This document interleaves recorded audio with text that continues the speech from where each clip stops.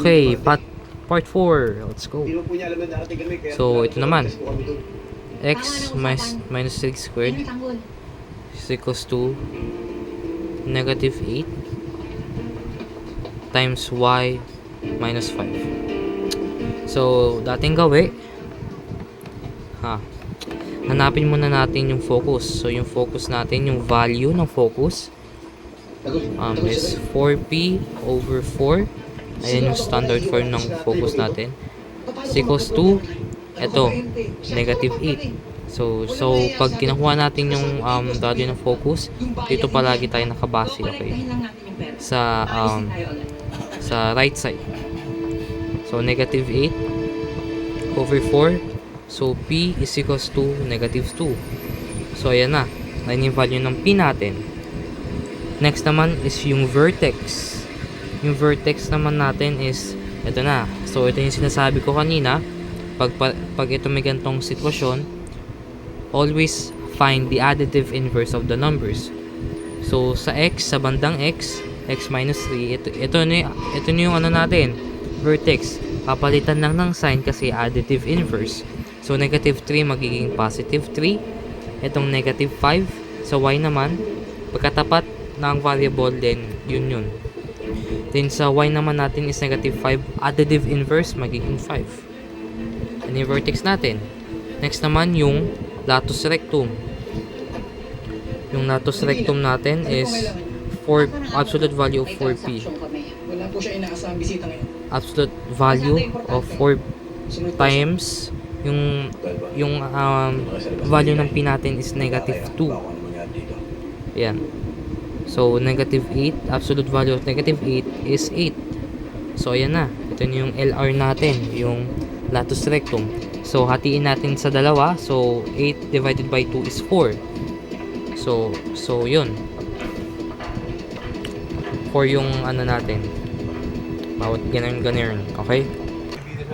So may vertex na tayo is 3, 5. Ayun yung vertex natin. Okay? So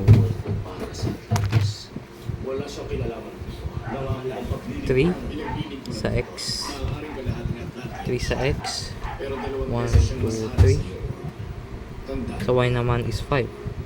1, 2, 3, 4, 5. Sakto lang.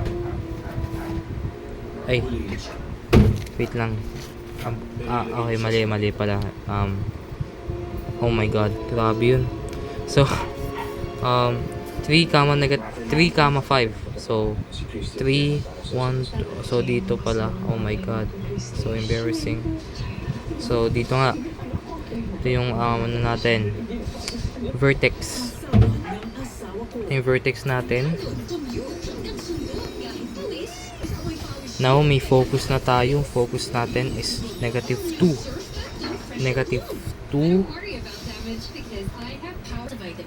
Okay, wag kayo malilito kung pababa, pataas, left or right. Kasi ito na 'yan, no. Andito na yung hahanapin natin sa y. Okay, sa y. Wag mo nitong papansinin pag hinahanap yung focus, okay? Wag na.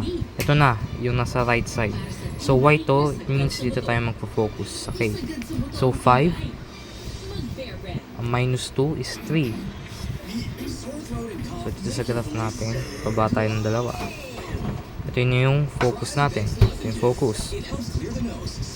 Sa focus, ang latus rectum natin is 8. So sasabi ko kanina, pag y to, then x yung latus rectum natin sa x-axis. Pag y to, then sa x-axis yung latus rectum natin. Okay? Okay, so 4 right, 4 to the left. 1, 2, 3, 4. 1, 2, 3, 4. Yan na. So ito yung latus rectum natin. Sunod naman, identify na natin yung mga need natin i-identify. So sa focus, meron tayong focus. Yung focus natin is 3, 3. Kasi nga, ito yung focus natin na value. 5, y to ha, nasa y tayo. So 5 minus 2, 3. Pababa tayo. Okay? Okay, yan yung focus natin. Ito yung focus. Then, sunod naman is yung LR. Endpoints. Ends. Yung endpoints ng LR natin is, since latus rectum natin, since nahanap na natin yung Y, latus rectum natin is X. Then, 3 plus 4. So, basically, 7 stays the same tong Y. Yan. Then, negative naman. Negative 4 plus 3. Negative 1, comma 3. Yan yung endpoints natin ng LR. Sunod na, so, i-graph na natin to. Okay? I-graph na natin to para malinaw.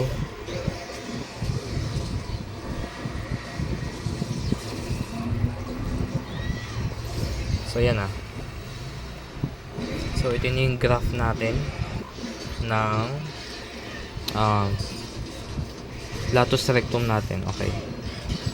Tatandaan nyo, pag alam nyong tama yung parabola nyo, palaging yung etong tawag dito, vertex is malapit sa focus. Okay? Para malaman nyo kung tama talaga. Kung malayo yan, edi rethink your answers. Okay? So, yung axis of symmetry naman, yung AOS natin, since nasa Y tayo and negative, then we're going downward. Yung downward, ito yung pala yun, opening. So, OP is downward. Okay. Downward. Kasi nga, Y to, and negative to, then downward. Yung AOS natin is sa X, yung mahati sa parabola into 2 equal parts. So, X to, hanap yung X natin is, nasan yung X natin dito sa So, yung X natin is 3. So, yung AOS natin, yung axis of symmetry is yung axis of symmetry is X is equals to 6. Ay, 3 pala, 3. Sorry.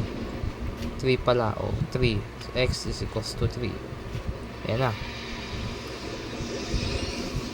Then, sunod naman yung directrix. Yung directrix naman.